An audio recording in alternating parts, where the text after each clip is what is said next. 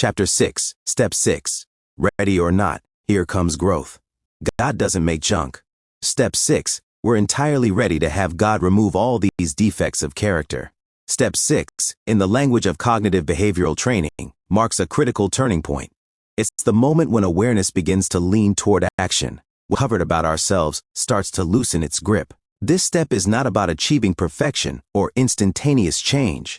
It's about being willing, mentally and emotionally, to stop defending the very behaviors and beliefs that once felt protective but have become harmful.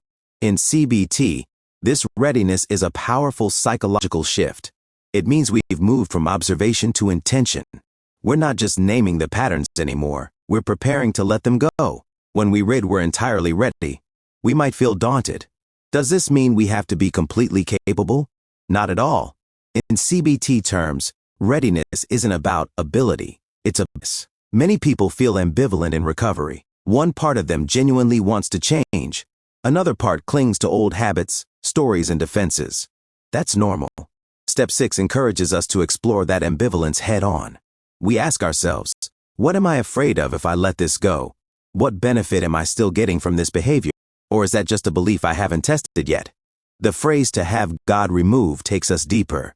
Whether or not we frame God in spiritual or psychological terms, the meaning is clear. We are not in this alone. CBT teaches that trying to white-knuckle our way through change usually backfires. Step 6 invites us to stop being to the point of sabotage.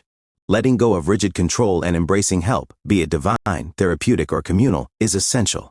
It's a model of collaborative change. The inner dialogue shifts from, "I have to fix everything," to, "with help, I can move forward." And what are we asking to have removed?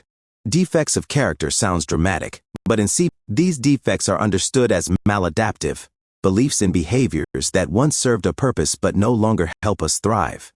Things like, "I must be perfect to be worthy," or "people will abandon me, so I'll push them away first," or "if I feel shame, I have to escape it with alcohol."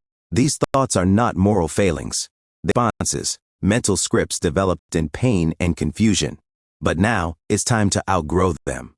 Step 6 is a conscious readiness to let go of these inner narratives, not with violence, but with compassion. We acknowledge, these thoughts once helped me survive, but now they're hurting me.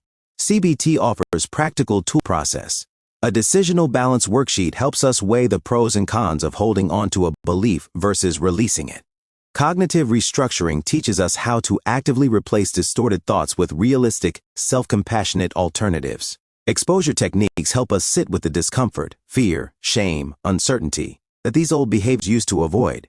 And values clarification reminds us what we stand for, helping us align our readiness with deeper truths about who we want to be. In everyday application, this means naming your defects not as moral flaws but as habits and beliefs. For example, people-pleasing to avoid rejection, or anger as a shield against vulnerability. Then we ask, what purpose did this serve? This reframing helps reduce shame and builds understanding. The next shift is from, "I have to change" to, "I'm willing to grow." CBT is not about rigid rules, it's about flexible, values-driven change. Readiness is not a one-time announcement. It's a practice. A daily whisper, "I'm not perfect, but I'm ready." In the CBT world, Step 6 is not about striving, it's about allowing ourselves to evolve, to heal, to stop defending what no longer works, and to begin surrendering not to defeat, but to transformation. So what does it look like? It looks like this. Your sponsor, sitting across from you, asks, "Is this belief still useful?" And slowly, maybe with some reluctance, you begin handing over your tired old stories, one by one. You examine the cost, you acknowledge the fear, and you let go, because the cost is just too high to keep carrying what no longer serves you. Step 6 is readiness without perfection, surrender without shame, and growth without pressure. It's the quiet turning point where everything begins to shift. If I want to complete Step 6, becoming entirely ready to have God remove all these defects of character, I need to stop clinging to old habits that no longer me, honestly acknowledge the damage they cause, and become willing, deep down, to let them go, even if I'm not sure how.